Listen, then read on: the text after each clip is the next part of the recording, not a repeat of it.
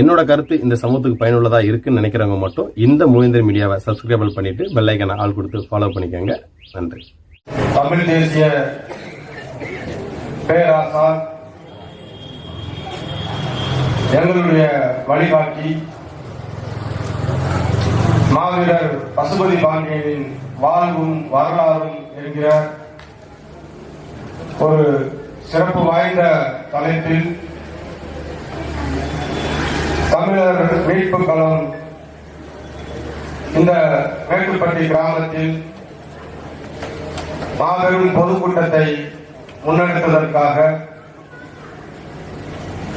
தமிழர் தேசிய கழகத்தின் தமிழர் மீட்பு களத்தினுடைய நிறுவன தலைவர் அன்பு சகோதரர் கரிகால பாண்டியன் உள்ளிட்ட நிர்வாகிகள் அனைவருக்கும் என்னுடைய இந்த இரவு நேர வணக்கத்தை தெரிவித்துக் கொள்கிறேன்.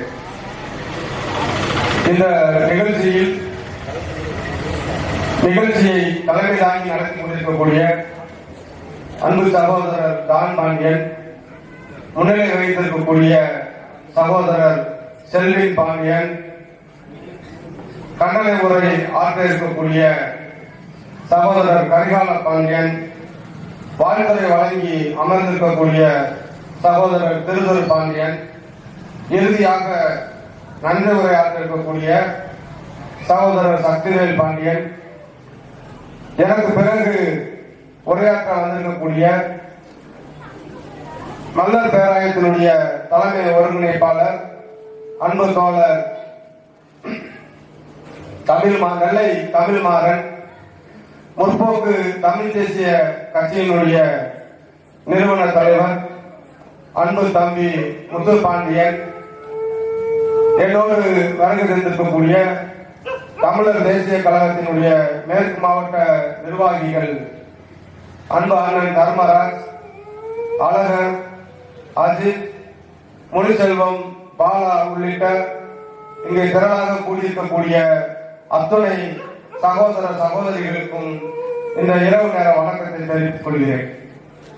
உள்ளபடியே எனக்கு ஒரு மகிழ்ச்சியான விஷயம் என்னவென்றால், நாம் எடுக்கக்கூடிய நிகழ்ச்சிகள் எல்லாம் நகர்ப்புறங்களை மையமாக வைத்து நடத்தி வருகின்றோம். கரிகாலன் அவர்கள் சமீப காலமாக நடத்துகின்ற பொதுக்கூட்டம் கிராமப்புறங்களை மையமாக வைத்து கிராமத்தில் நம்மளுடைய அரசியலை செயல்பாட்டை நகர்த்த வேண்டும், கொண்டு சேர்க்க வேண்டும் என்கிற எண்ணத்தில் இது இரண்டாவது கூட்டமாக இங்கே நடத்தியிருக்கிறார். மாவீரர் பசுபதி பாண்டியன் அவர்களை நாம் தமிழ் தேசிய முதன்மை போராளி என்று அடையாளம் பெற்று அழைக்கிறோம். இங்கே தமிழ் தேசியம் என்றால் என்ன என்பது பற்றி நாம் தெரிந்து கொள்ள வேண்டும்.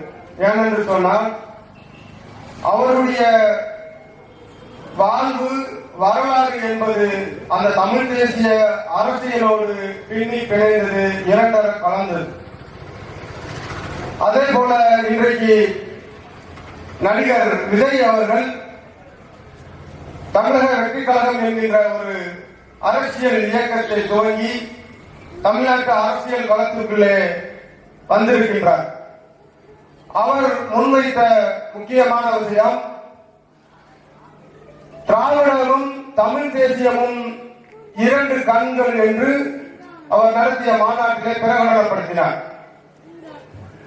இங்கே திராவிடமும் தமிழ் தேசியமும் இரண்டு கண்கள் என்று சொன்னால், ஒரு கண்ணை எப்படி குத்தும் என்கின்ற கேள்வி நமக்கு எழுகின்றது. அது மட்டுமல்ல, திராவிடமும் தமிழ் தேசியமும் ஒன்று என்று சொன்னால், நம்மளுடைய தலைவர் மாவீரன் பசுபதி பாண்டியன் அவர்கள் ஏன் தமிழ் தேசியத்தை மட்டும் உயர்த்தி பிடித்தார் என்கின்ற கேள்வி நமக்கு எழுகின்றது. ஆக இங்க திராவிடம் என்றால் என்ன என்று தெரிந்து கொண்டு, தமிழ் தேசியத்தை ஏன் நம்மளுடைய தலைவர் முன்னெடுத்தார் என்பதை தெரிந்து கொண்டால்தான் இன்றைக்கு நாம் எந்த அரசியல் திசை வழியில் பயணிக்க வேண்டும் என்பதை நாம் முடிவு செய்ய முடியும். இன்றைக்கு திராவிடம் திராவிடம் என்று நம்மளுடைய தமிழ்நாட்டினுடைய முதல்வர் ஒவ்வொரு நிகழ்ச்சியையும் கூவிக்கொண்டு வருகிறார்.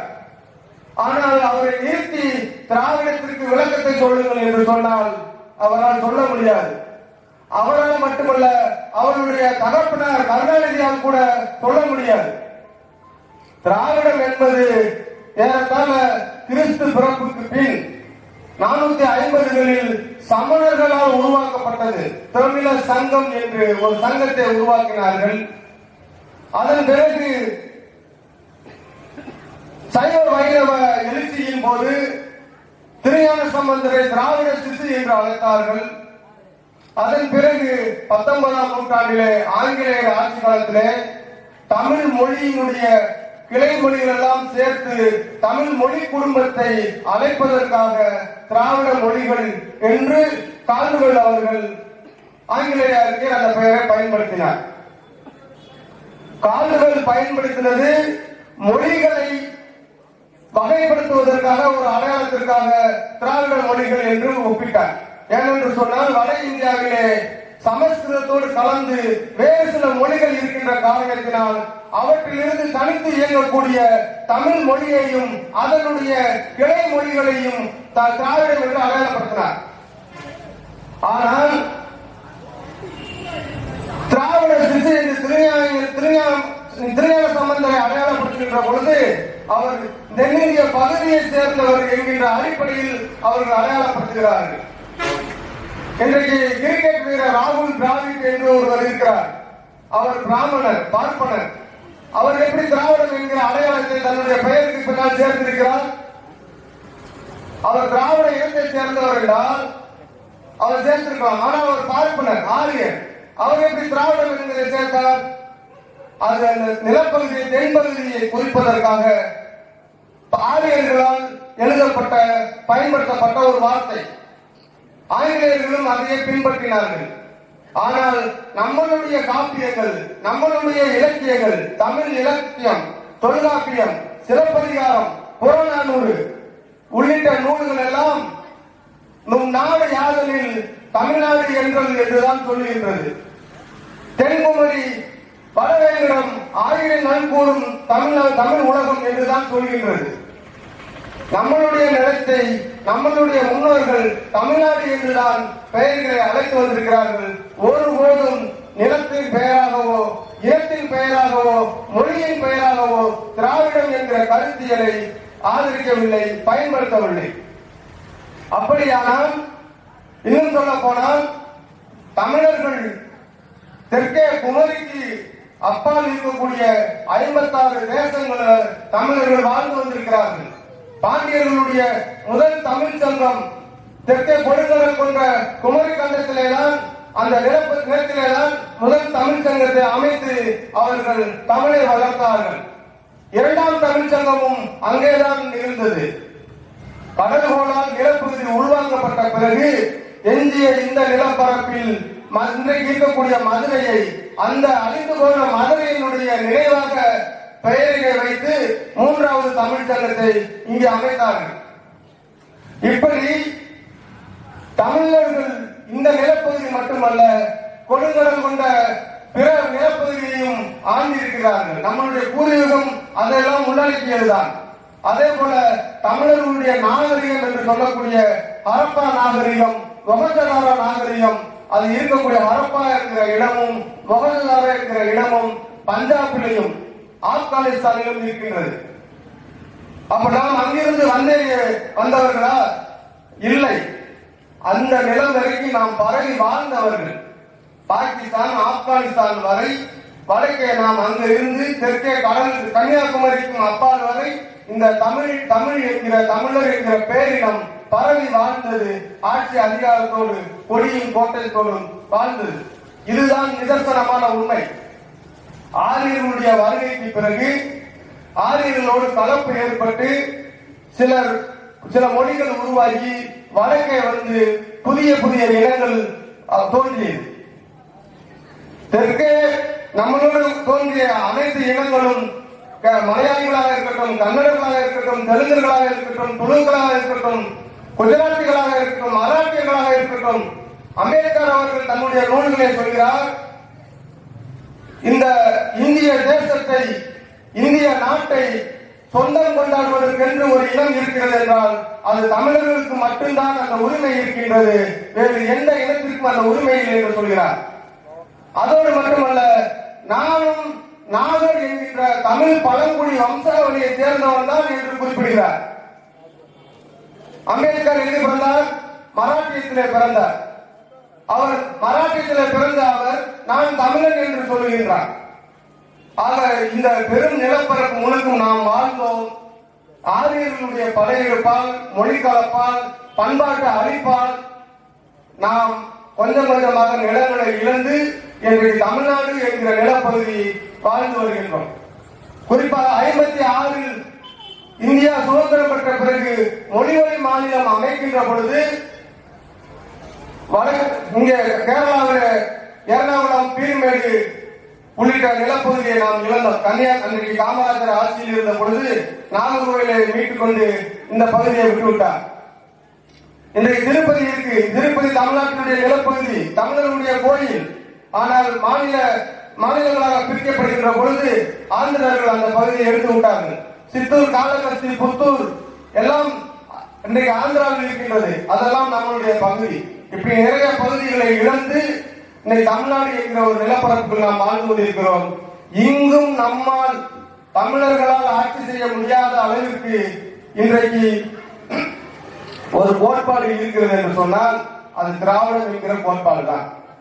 திராவிடம் என்கின்ற போர்வையில் ஆந்திர பகுதியில் இருந்து இங்க வந்தவர்கள், பாண்டியர்களை வீழ்த்தியவர்கள், அவர்களுடைய வாரிசுகள் தான் இன்றைக்கு திராவிடம் என்கின்ற போர்வையில் நம்மை ஆட்சி செய்து கொண்டிருக்கின்றார்கள். ஆக நம்மளுடைய அரசியல் அதிகாரத்தை மீட்பதற்கு, நாம் இழந்த உரிமையை மீட்பதற்கு திராவிடம் என்கிற தத்துவமும் சரி, திராவிடம் என்கின்ற அரசியலும் சரி நமக்கு பயன்படாது. அந்த அடையாளத்தை, அந்த பெயரை எடுத்துக்கொண்டு யாரு வந்தாலும் நாம் அவர்களை புறக்கணிக்க வேண்டும். சரி, தமிழ் தேசியம் என்று அண்ணன் பசுபதி பாண்டியன் அவர்கள் முன்னெடுத்தாரே, அது என்ன? தமிழ் தேசியம் என்பது தமிழர்களுக்குள் நீண்ட நெடுங்காலமாக நாம் எல்லாம் ஒரே மொழியை பேசக்கூடிய தமிழ் அன்னையினுடைய மடியில் பிறந்த குழந்தைகள் தான் இத்தனை சாதிகளும். நமக்குள் சாதி சண்டைகள் வேண்டாம், நமக்குள் ஏற்றத்தாழ்வுகள் வேண்டாம். நாம் மோதிக்கொண்டே இருப்பதனால் நம்மளுடைய எதிரி நம் மீது ஆதிக்கம் செலுத்துகிறான். எனவே நம்மளுடைய எதிரியை வீழ்த்த வேண்டும் என்று சொன்னால் நாம் மொழியால் தமிழர்கள், இனத்தால் தமிழர்கள், நாட்டால் தமிழ்நாட்டவர்கள் என்கிற அடிப்படையில் நாமெல்லாம் ஒரு தாய் பிள்ளையாக, தமிழ் தாயின் பிள்ளையாக ஒன்றிணைய வேண்டும் என்கின்ற அரசியலை ஏற்றுக்கொண்டு செயல்பட்டவர் தான் நம்மளுடைய தமிழ் தேசிய முதன்மை போராளி பசுபதி பாண்டியன் அவர்கள். பசுபதி பாண்டியன் அவர்கள் அவர் அரசியலை நுழைகின்ற பொழுது தென் தமிழ்நாட்டில் ஏறத்தாழ 1990 என்று நினைக்கின்றேன். அந்த காலகட்டத்தில் அம்பேத்கர் அவர்களுடைய 100 ஆண்டு, அவர் பிறந்து 100 ஆண்டு நிறைவு விழா. அந்த காலகட்டத்தில் தான் தமிழ்நாட்டில் ஏராளமான ஒடுக்கப்பட்ட மக்களுக்கான இயக்கங்கள் இங்கே தோன்றின, புற்றிசல்கள் தோன்றின. அதே காலகட்டத்தில் பசுபதி பாண்டியன் அவர்களும் அரசியல் செய்தார். கிட்டத்தட்ட இன்றைக்கு அவருடைய மரணத்திற்கு காரணமான முதல் சம்பவம் தூத்துக்குடியிலே புல்லாவெளி கிராமத்திலே தொடங்கியது.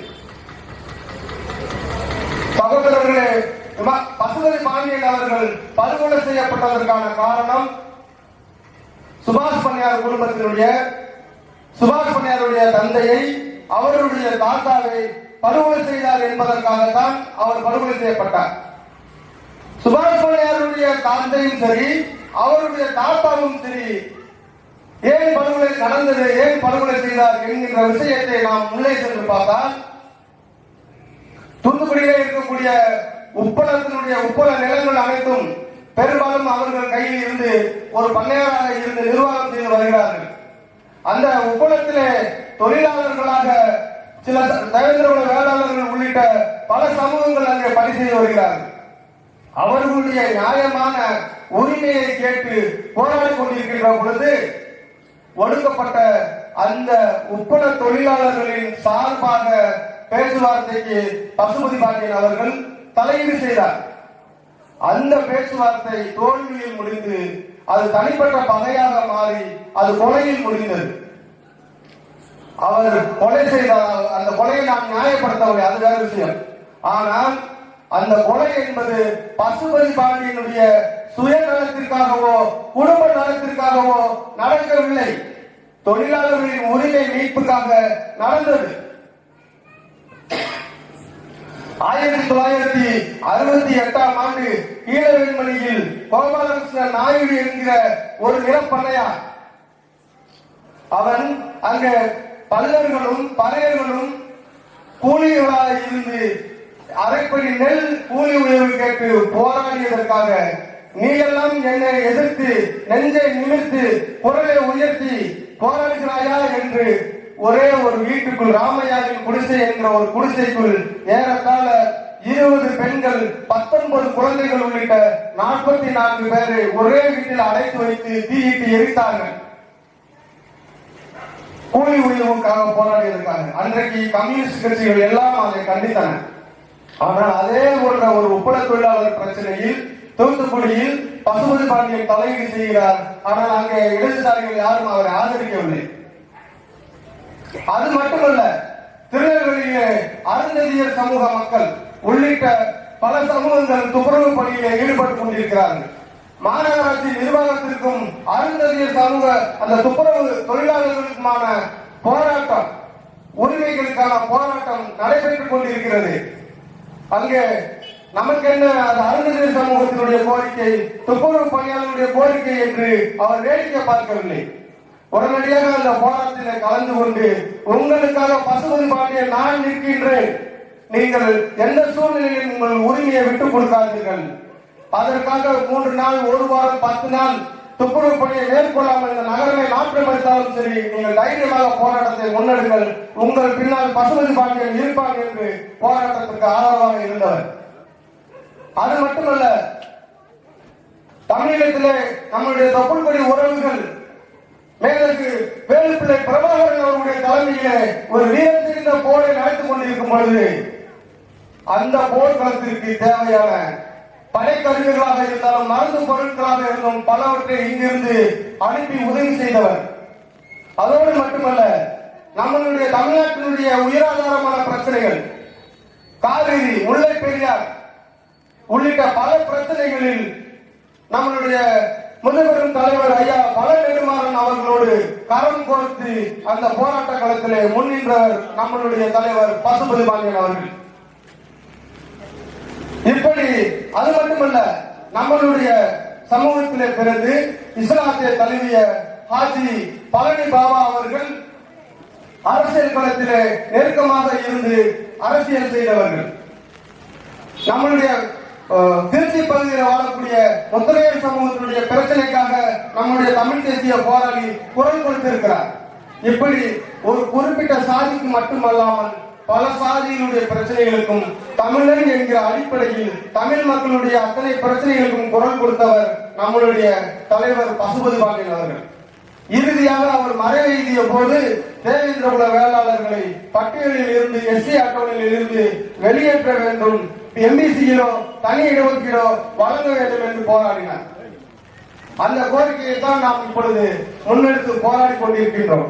எனவே இந்த மாவீரன் பசுபதி பாண்டியன் அவர்கள் தேவேந்திர குல வேளாளர் சமூகத்தில் பிறந்தாலும் அவர் தேவேந்திர குல வேளாளர் சமூகத்திற்காக மட்டும் போராடவில்லை, தமிழ்நாட்டில் இருக்கக்கூடிய அனைத்து தமிழ் சமூகங்களுக்கும் குரல் கொடுத்திருக்கிறார். அவரை உயர்த்தி பிடிப்பதன் வாயிலாக அவர் முன்னெடுத்த தமிழ் தேசிய அரசியலை களமாற வேண்டும் என்று கேட்டுக்கொண்டு இந்த அருமையான ஒரு வாய்ப்பை ஏற்படுத்தி கொடுத்த நம்முடைய சகோதரர் கரிகால பாண்டியன் அவர்களுக்கு மீண்டும் நன்றியை தெரிவித்துக் கொண்டு விடைபெறுகிறேன். நன்றி, வணக்கம்.